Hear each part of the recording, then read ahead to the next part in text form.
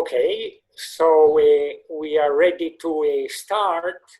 Let me first tell you that, or ask you to keep yourself muted. But if you want to ask a question during the lecture, then feel free to unmute yourself and ask a question.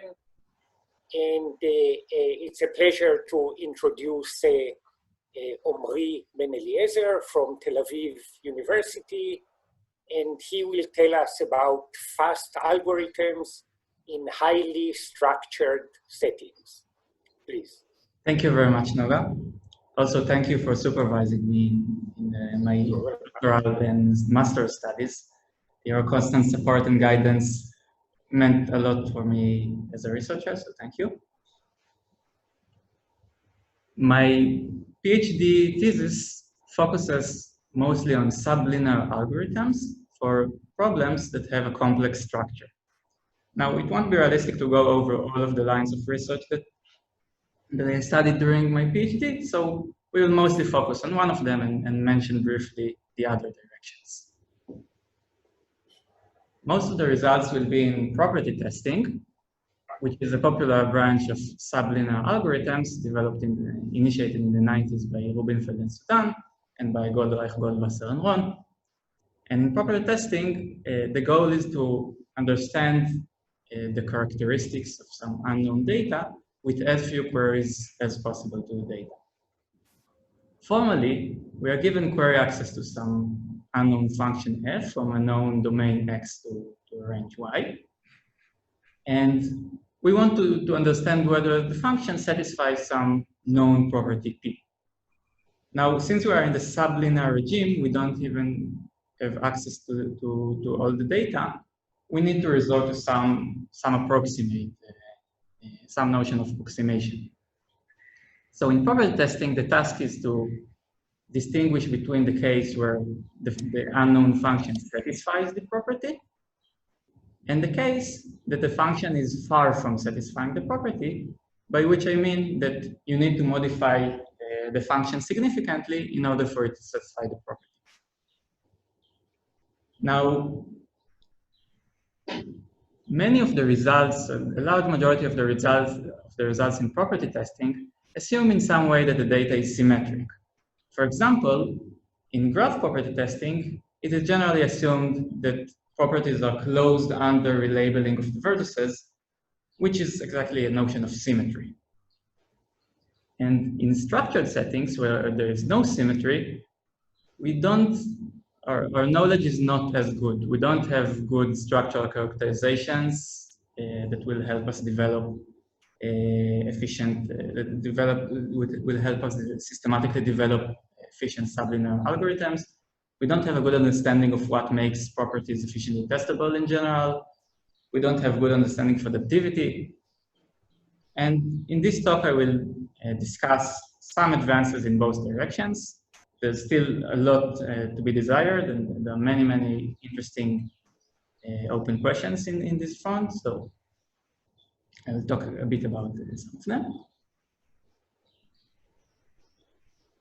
Before I will focus on the main topic of this talk, I'll just very briefly mention the main results in my PhD thesis. So one line of research concerns regularity and removal lemmas in ordered structures. Regularity and removal lemmas were proved for graphs and were very, very important in the development of graph property testing, but the statements that were proved were always assumed symmetry. And in this thesis, we developed several new tools that do not require symmetry when discussing regularity and removal in graphs, and then they can be applied to objects such as images, which can be viewed as bipartite graphs with order on the rows and the columns, with order on both sides, and ordered graphs. Another line of research considers the stability of local properties, where by local I mean properties that can be defined by local constraints. So for example, for an array to be monotone, you only need to know if pairs of neighboring elements in the array are in the right order, are not violations for monotonicity. A third line of research, which is the main line that I will talk about today, considers the detection of global patterns in sequential data. And the last line of research, unlike the first three, which are theoretical, the last line of research is more practical. We developed sublinear algorithms for a practical problem in data mining, inspired by theoretical ideas from property testing and sublinear algorithms in general. So without further ado, let's focus on the main line of research that I'll talk about today, which is that of detecting patterns in sequences. This is based on several joint works with Clément Canon, Sharon Letzter, and Eric Weingarten. So the motivation for the problems that I will discuss comes from data series analysis. Basically, we want to understand the structure of a sequence with as few queries to the sequence as possible, because in data series analysis, the amount of data is usually huge. You have data from sensors and you want to analyze it very efficiently. And here I will consider a problem of this type from the property testing perspective. The formulation of the problem was suggested by Neumann, Rabinovich, Rajendra Prasad, and Zoller in 2017. First, let's define what is a pattern in a sequence. So we are given a sequence of real numbers. And as you can see here, it will be helpful for us to visualize it in a two-dimensional way, where the x-axis is the location of elements in the sequence, and the y-axis is the value of each element. Now, given a constant length pattern, given a pattern that consists of k elements, where we consider k to be a constant in this talk, we say that a subsequence is a pi copy if the relative order of the elements in the subsequence is exactly the same as in the pattern. So for example, for the pattern 1, 3, 2, you can see that this subsequence is a copy of 1, 3, 2 because the first element is the smallest. This is the 1. The second element is the largest. This is the 3. And the third element is the 2, is in the middle between them. And as you can see, the elements do not have to be consecutive. These are subsequences. Usually I think when talking about consecutive subsequences, they are called usually substrings. So we are talking about subsequences. Now, the property testing task is basically, this is the one-sided error variant of testing for pi freeness, of not containing the pattern pi. Or equivalently, it can be formulated as, given a sequence that contains many disjoint copies of the pattern. So for example, here we have a sequence where we see 3 disjoint copies of the pattern 1, 2, 3. Where by disjoint I mean that no 2 copies share an element. The goal is to find 1 copy of the pattern. So here are the 3 copies, and the goal is to find 1 copy of the pattern. It doesn't have to be one of the original copies. It doesn't even only have to use elements from the original copies. But this is the goal. Now, observe that there is an easy upper bound for this problem. If we sample each element with probability n to the -1 over k, then the probability that we will sample all elements from some given copy of pi, will be n to the minus 1 over k to the k, because we have k elements and each of them is sampled independently. And so with constant probability, we will hit one full copy of a pattern. So there is a very simple sample-based upper bound of n to the 1 minus 1 over k.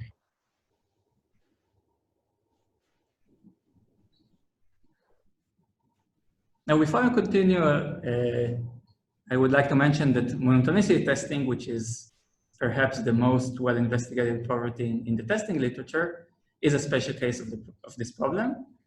In fact, it turns out that in some ways that monotonicity testing is a special case of all problems in structured property testing. But here, the reason that monotonicity testing is a special case is because being, for example, monotone non-increasing is equivalent to not containing the pattern 1, 2. If you want monotone non-decreasing, then the pattern is 2, 1. Now, what's on the menu for today? So we'll see some non-adaptive, mostly lower bounds with very rich and very surprising combinatorial connections. We'll see some pattern whose non-adaptive query complexity is of order log n to the integral part of log k in base 2 for any fixed k. So this is tight for any fixed k. And we'll briefly see how adaptivity helps. We'll just mention it in a few words, but most of the time will be spent on the first two bullets. We'll also see natural hierarchies in this problem, both in terms of structure and in terms of adaptivity. This answers open questions of Neumann et al. And of Kanon and Gould. Okay, so let's start. The first set of results that I will discuss is based on joint work with Clément.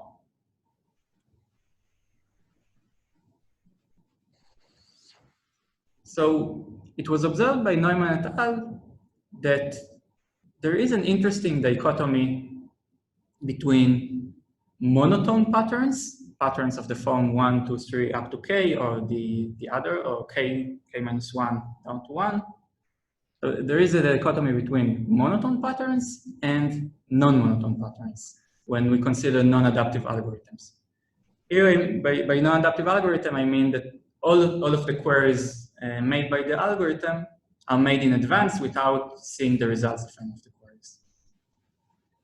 So what was observed by Neumann et al. Is that for monotone patterns, you only need a polylogarithmic number of queries, of non-adaptive queries. Whereas for non-monotone patterns, any non-monotone pattern requires at least square root of n non-adaptive queries. So let's see the proof for the simplest non-monotone pattern, which is the pattern 1, 3, 2.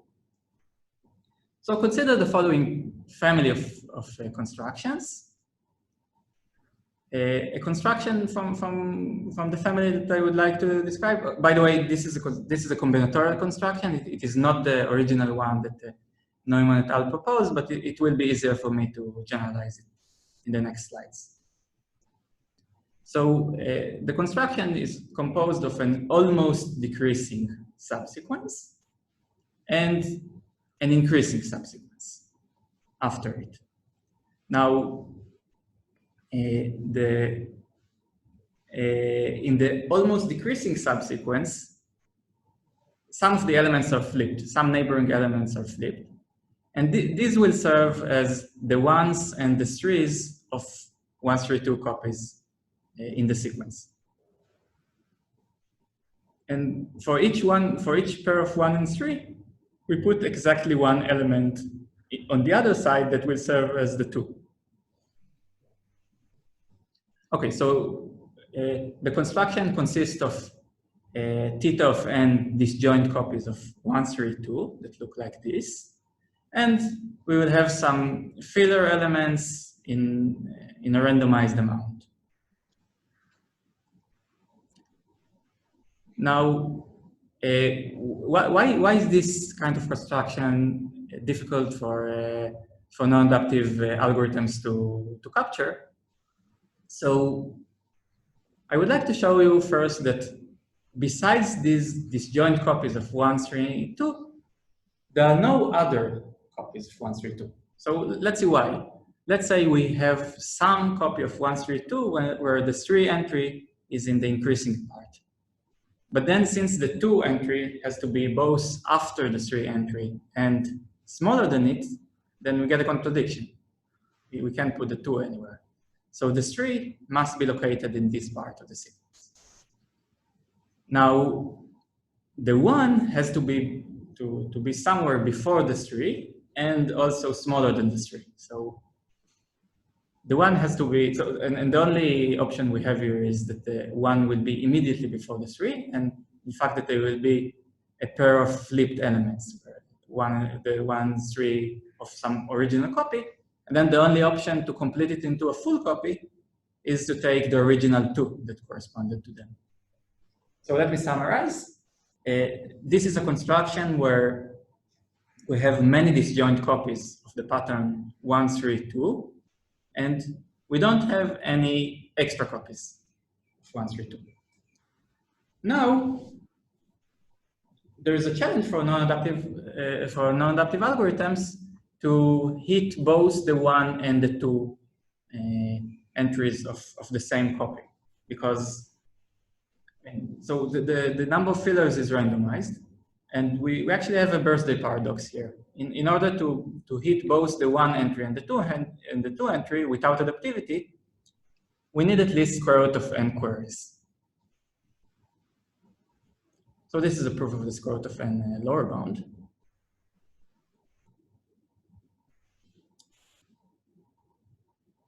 And in fact, for adaptive algorithms, it is no longer true that the square root of n queries are required. There is an adaptive algorithm that makes only a polylogarithmic number of adaptive queries. This is also a result of Neumann et al.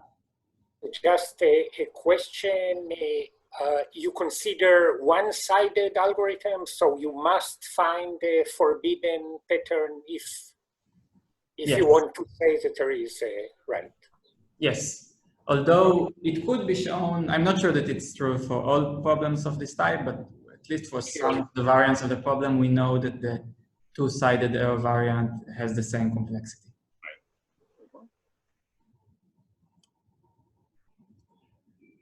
Now, this kind of construction actually can generate much higher lower bounds. So for example, for the pattern 2, 1, 5, 4, 3, let's consider this construction. So I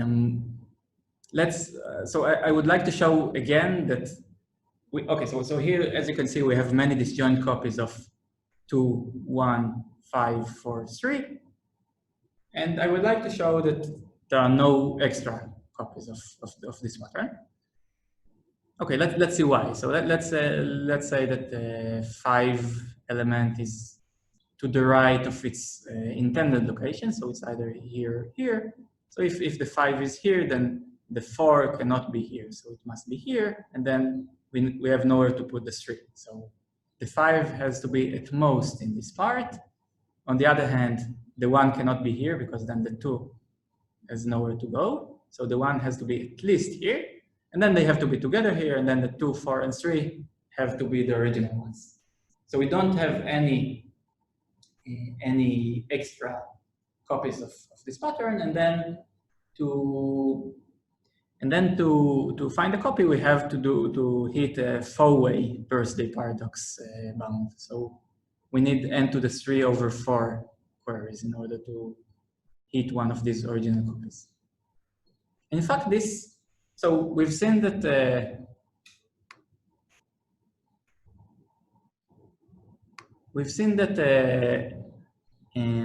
it's better for me. I see that there are messages in the chat. It's better for me if you ask them, if you unmute yourself and ask them. Okay, so if I may ask, how do you decide which elements are on which so-called trend line, and how many trend lines should there be? Oh, that's a great question. We'll talk about it. It's actually, we understand it partially, but it's a good question.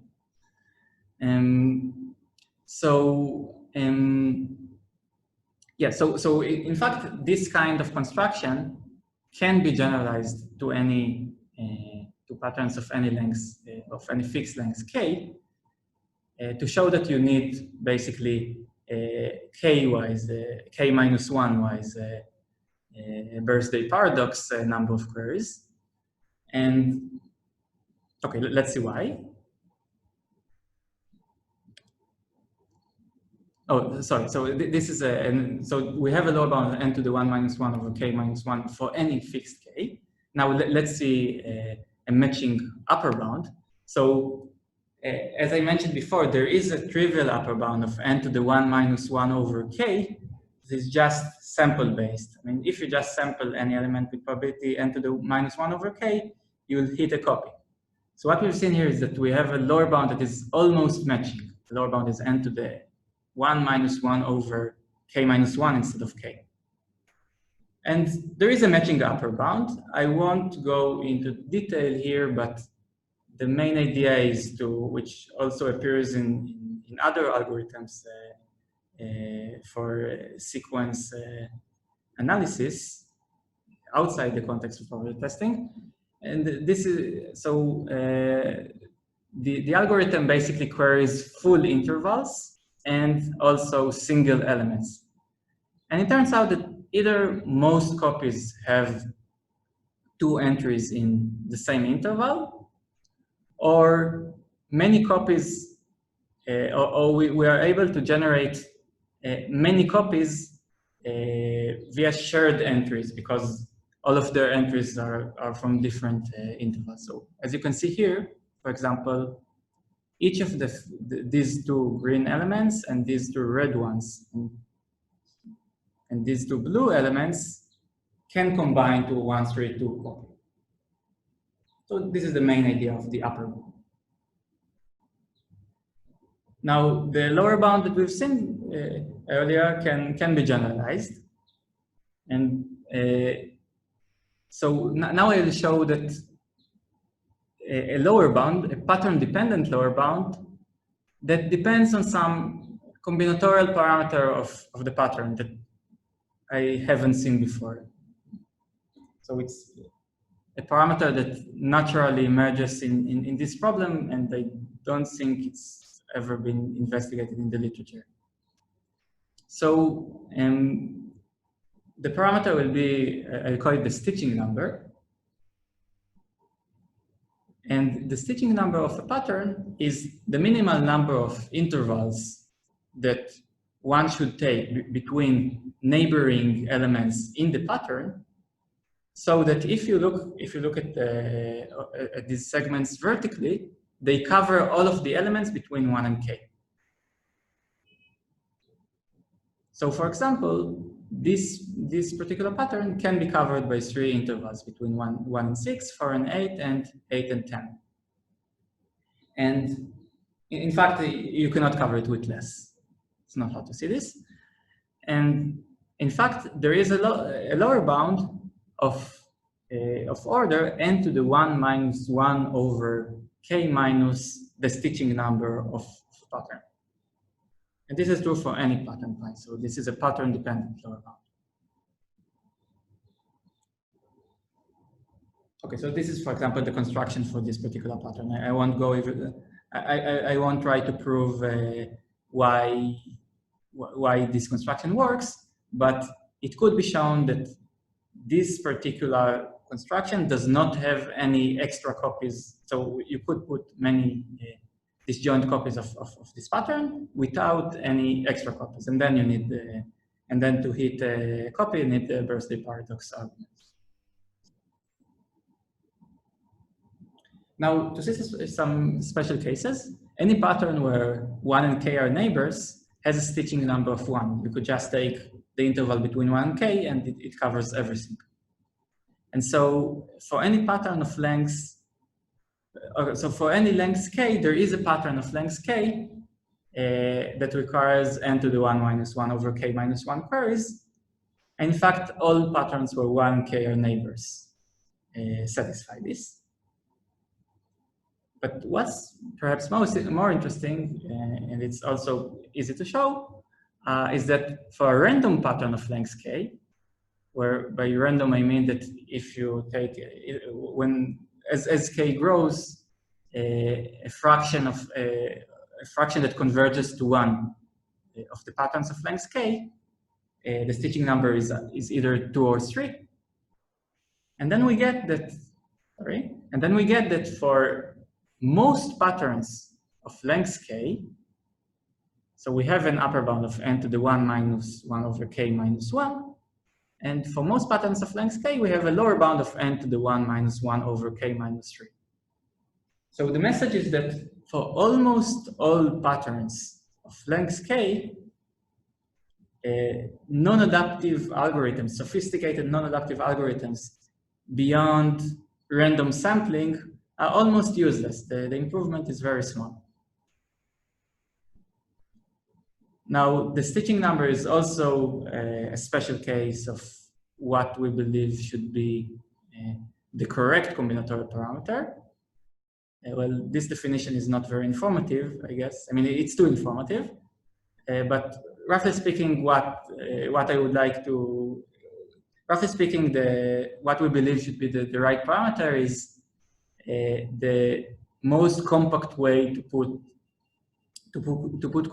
put together many disjoint copies of the subset of the pattern without having any extra copies of the pattern. So stitching them together is not the only way to do so, and it seems that the best way to construct lower bounds here is by having constructions with many disjoint copies of the pattern, but with no extra copies. So so we have this pattern-dependent lower bound, and there is the open question of understanding whether it's tight. So we don't have pattern-dependent upper bounds. We only have the upper bound of n to the 1 minus 1 over k minus 1 that I mentioned before, but it's not pattern-dependent. Just it works generically for all patterns, and we don't believe it to be tight.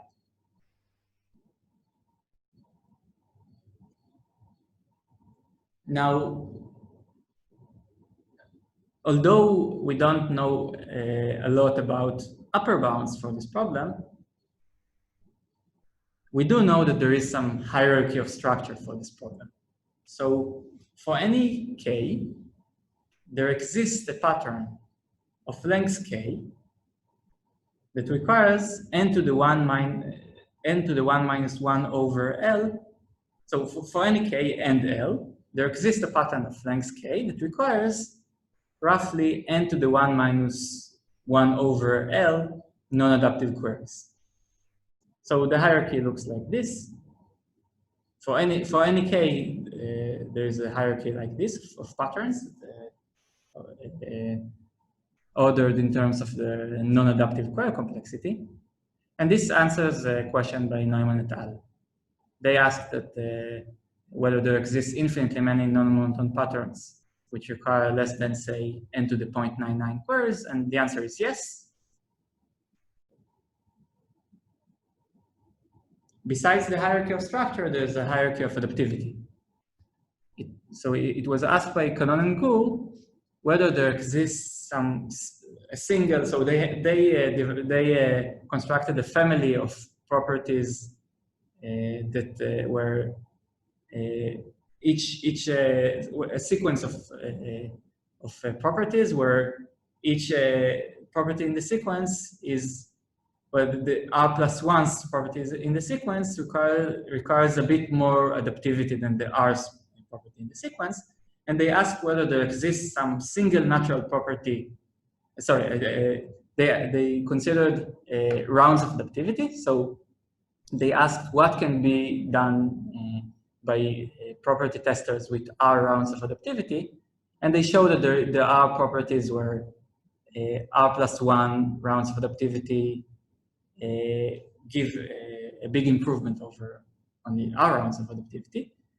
But the properties that they constructed are a family of properties where for each R we have a different property.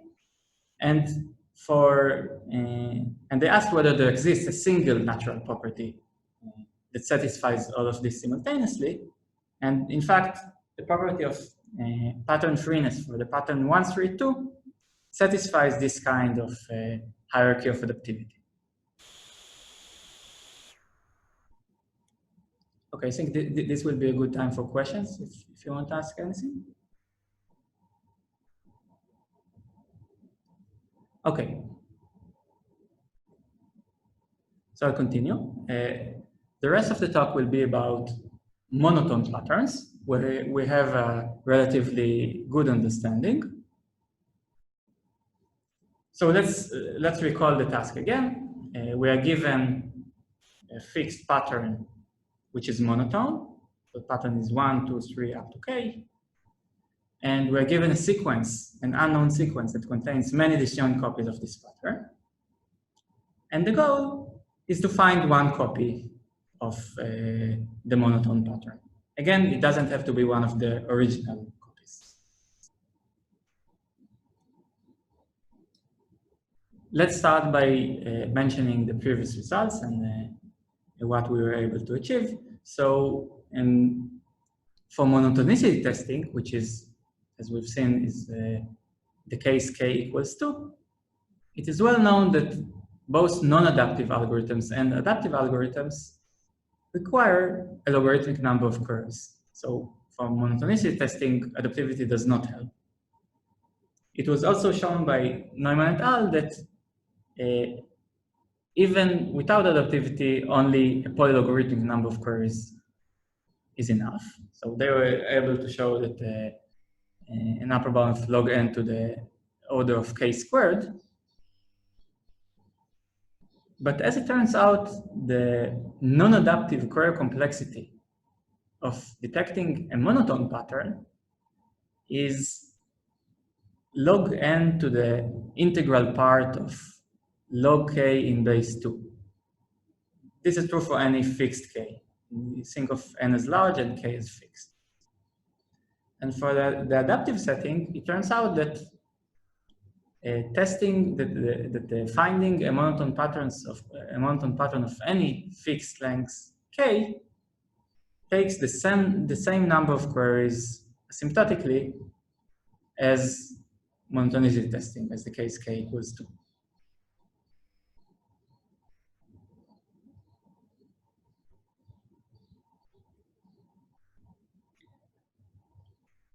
For the non-adaptive case, the main ingredient that we need is a structure versus chaos kind of argument.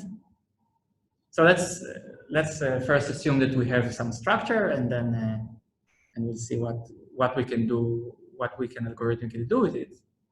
So let's focus for now on the case k equals 2, on the simplest case, and let's assume that all of the 1, 2 copies in our sequence, so we have theta of n disjoint 1, 2 copies, and let's now assume that all of them have the same widths, where by widths I mean the difference between the location of the first entry, of the 1 entry, and the location of the 2 entry. So let's assume that all of the copies have the same widths.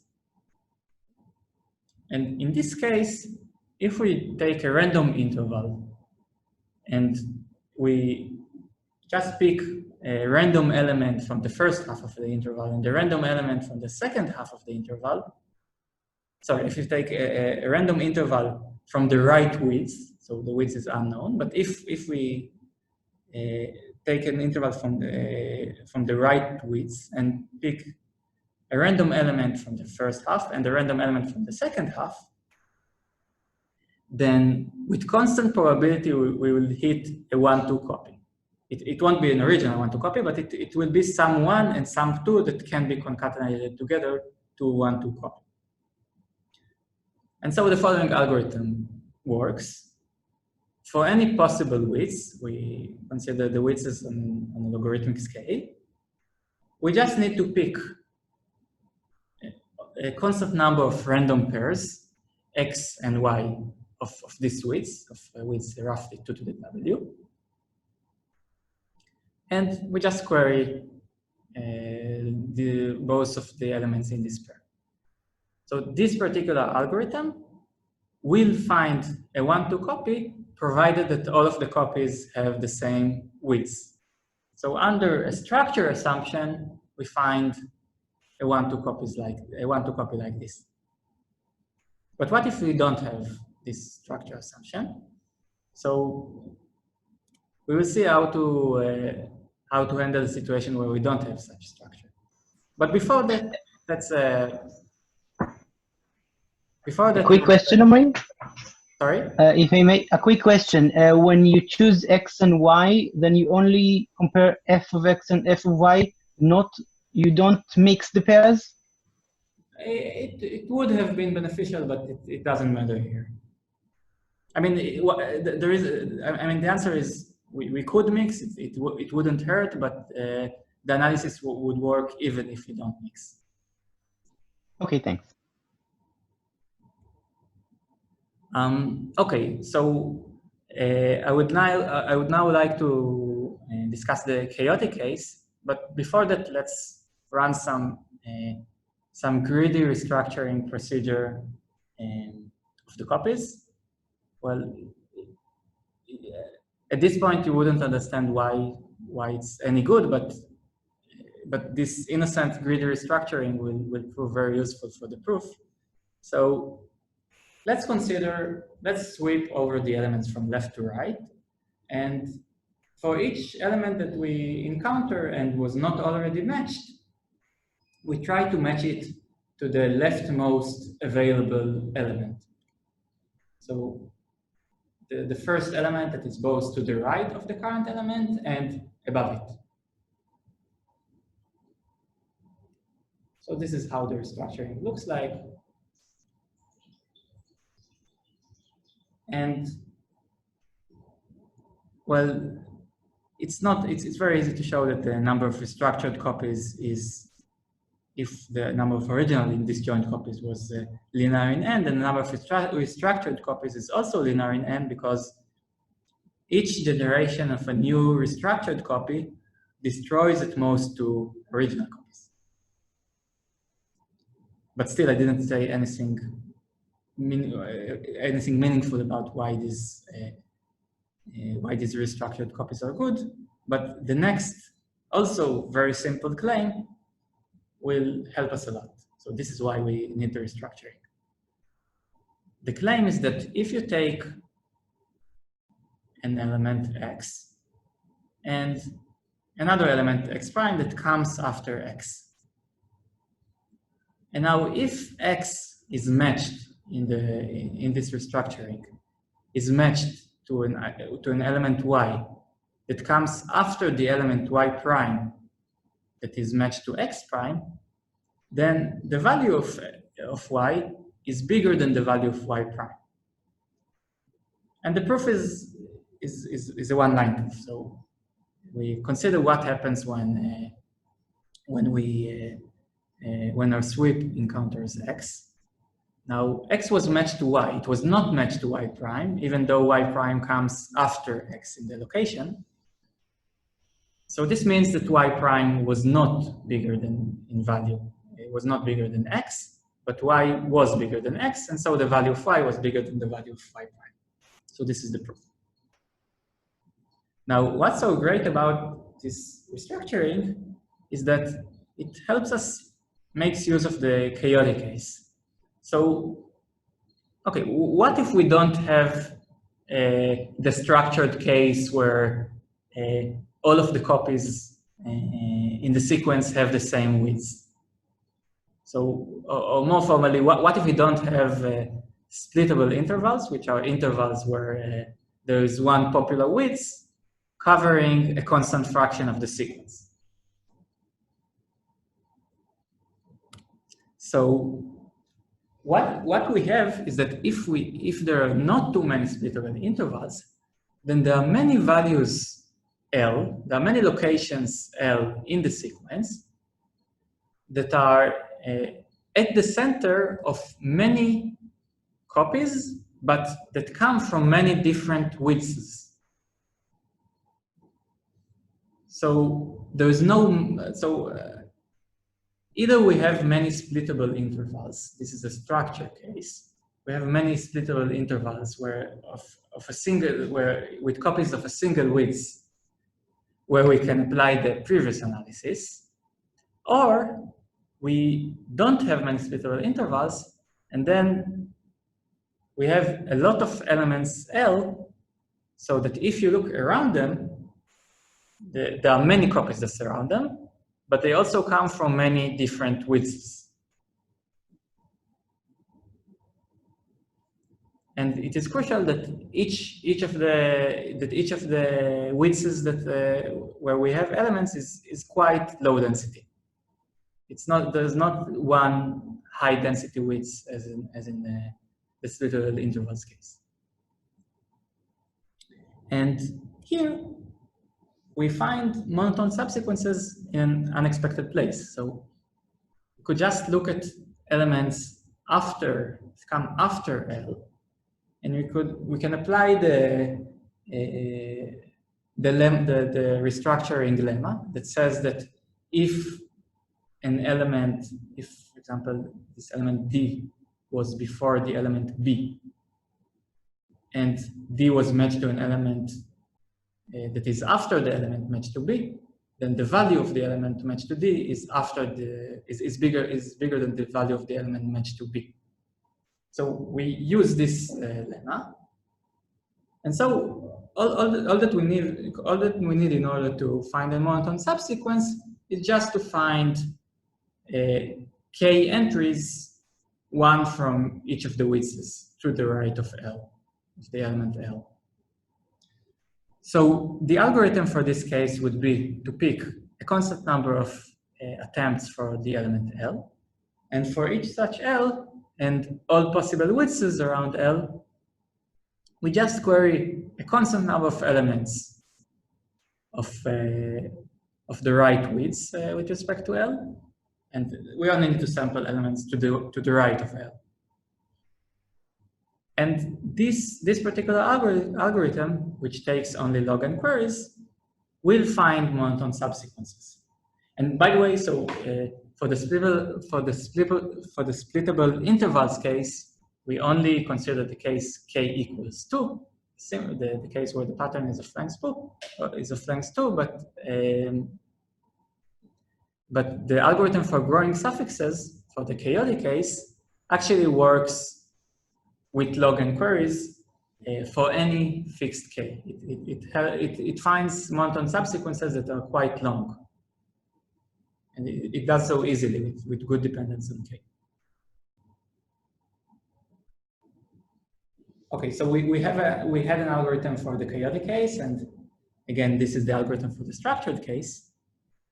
But okay, we only settled the case where k equals 2. We now know how to find 1-2 patterns with a logarithmic number of queries.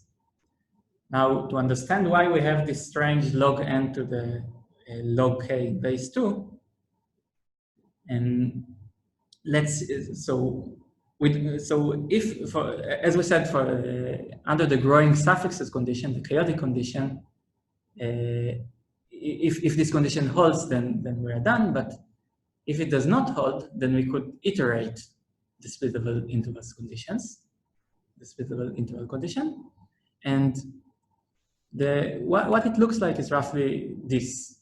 So, for example, let's consider the case where k equals 4, and let's suppose that many of the copies are such that the largest gap between a pair of elements in the copy are between the second and the third element.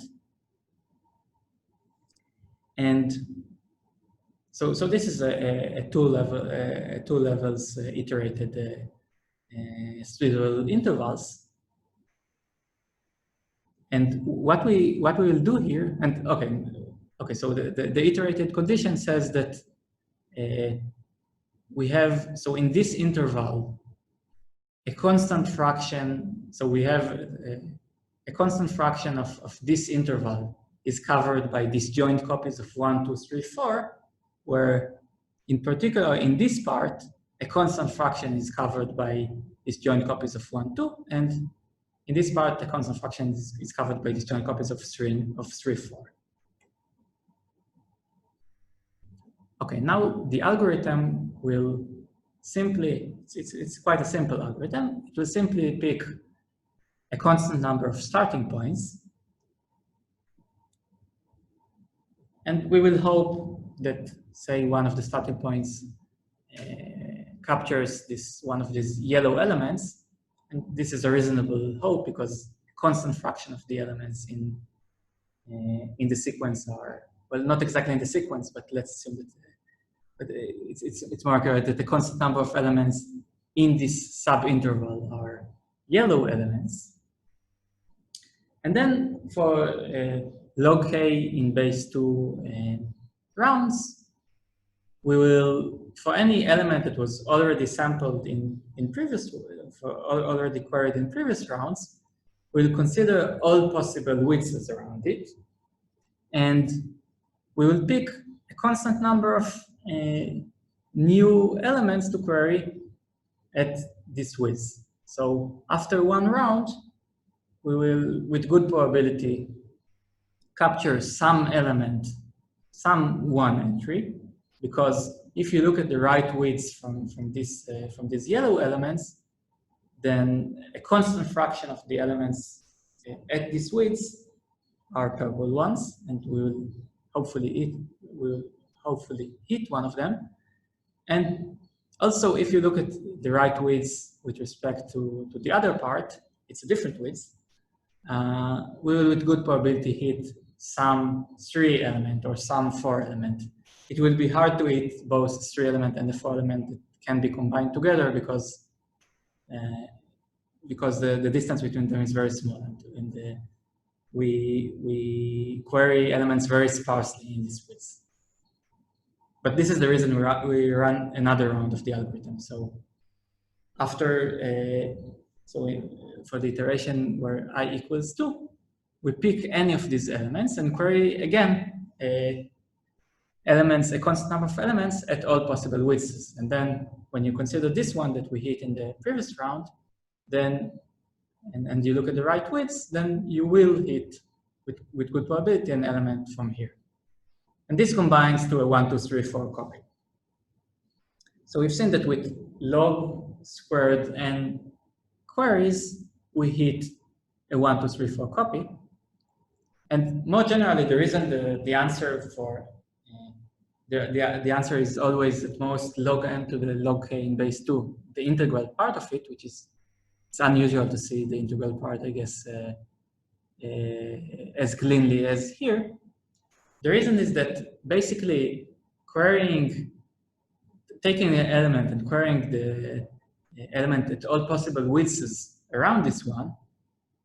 So okay, so you could think of an iterated splittable intervals construction as a tree.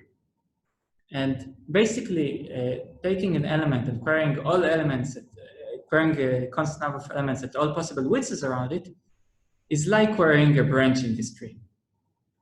And then what's left in subsequent rounds is to capture all elements in all of the subtrees. So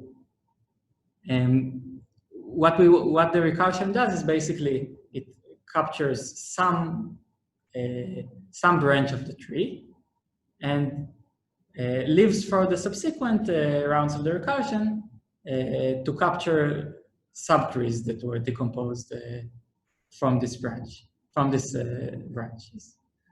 And okay, since we're talking about non-inductive algorithms, then the algorithm doesn't have any brain. We could just say that so we could just pick any branch that we want and say that this is the branch that we queried. And then there is, in any tree, there is some branch that decomposes the rest of the tree into subtrees of size at most k/2. And for this reason, after log k in base 2 rounds, all that we will have left is single elements, and then single elements can be hit with a constant number of queries. So this is the motivation for this interesting bound. Now for the lower bound, there is a well-known lower bound for monotonicity. So I'll talk about a non-adaptive lower bound. Basically, there are log n different types of constructions, so that if you only consider non-adaptive algorithms, the types of queries that help you understand whether type I is the one that appears are completely useless in getting any information about the other types. And this kind of argument can be generalized to larger case. So basically, you just iterate the construction, and it can be shown that with Q queries, you can only capture Q minus 1 different profiles. And the proof is a bit more complicated, but the high-level idea is essentially the same. Okay, so this was the log n to the log k bound for non-adaptive algorithms. And for adaptive ones, it will be hard to say anything meaningful without going very deep into the details. But I will just want to say what is the main message of the adaptive case. So our algorithm is based on wishful thinking. We hope to hit 1 up to k copy by trying to hit the 1 entry and the k entry that can be easily completed into a copy. But then things get more complicated, and we need to somehow address cases where our wishful thinking did not go through. So basically, our algorithm is so we hit a small number of a constant number of 1 entries, and we query elements at all possible widths with respect to the 1 entry, and hope to hit a k entry. So it looks roughly like this. Now, we hope that one of the elements that are candidates for, well, it's easy to capture some element that is actually a good candidate to be a 1 entry, but then it's not clear how to find the corresponding k entry. And okay, so we have many candidates to choose from, and there's no good way to choose from them. So let's say, I mean, there are many elements that are bigger in value than this 1 entry. We don't know which of them is best. So let's, for convenience, just pick the rightmost element to be the k candidate. And then this is obviously, can be disastrous, but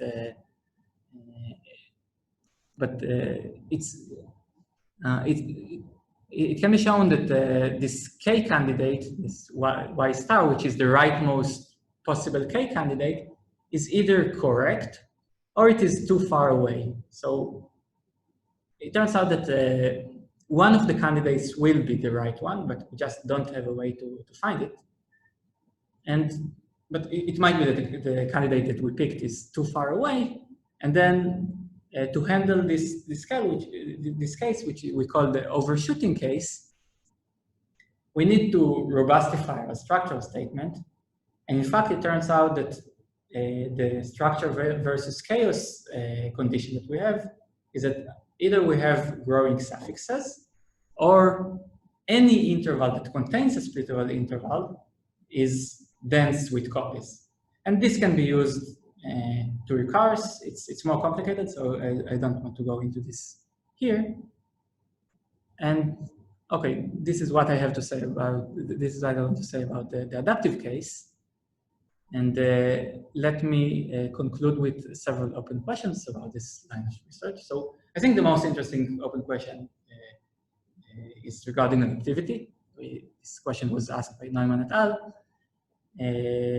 is it true that any fixed pattern pi can be found with polylogarithmic number of adaptive queries? So we've seen that non-adaptivity is, for non-adaptive algorithms are in many cases almost useless, but we don't have any indication that adaptive algorithms are not very, very good. Maybe it's even true that any fixed pattern requires only a logarithmic number of adaptive queries. So what we know now is that monotone patterns are, as we've seen, take only logarithmic number of queries.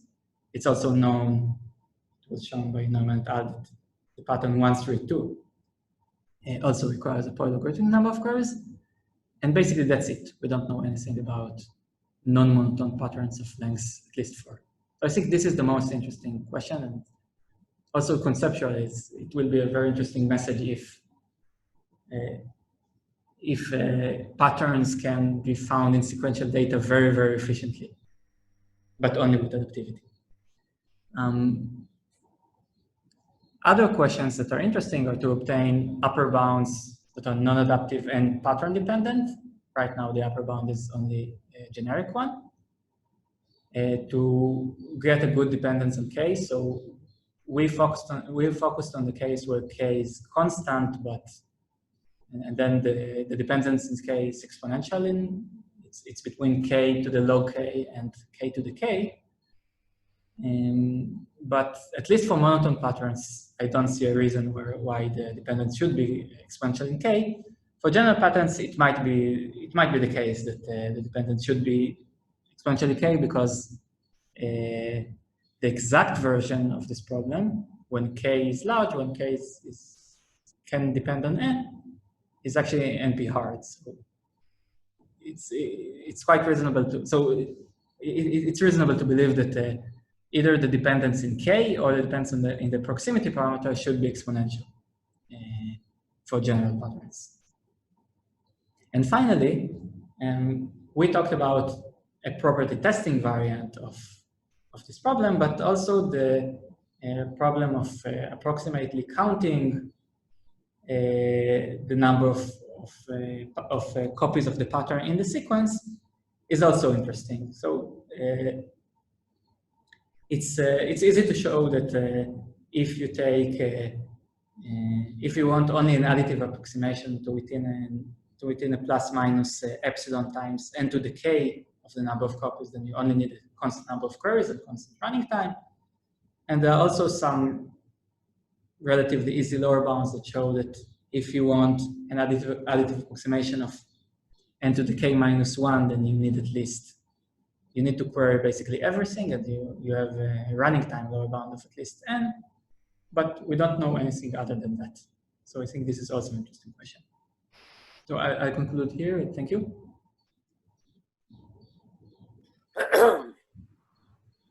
Okay, thank you. So if there are any questions, then you are welcome to unmute yourself and ask a question.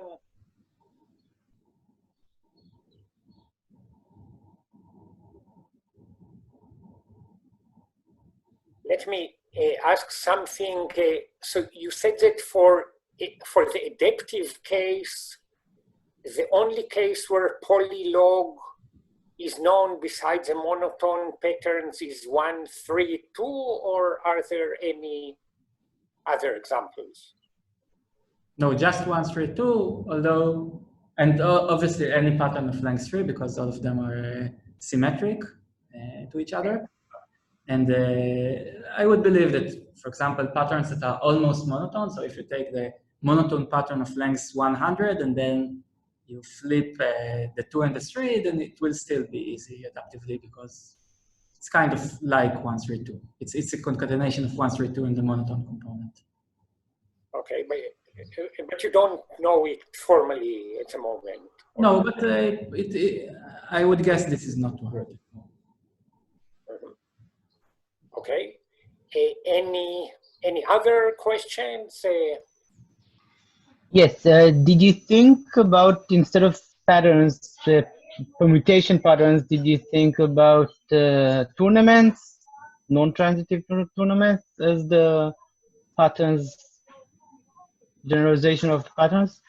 No, so I don't have any, didn't think about it, don't have any results. Whereas a model would be to ask for the direction of a given edge. Yes, possibly. All right. Okay, anything else?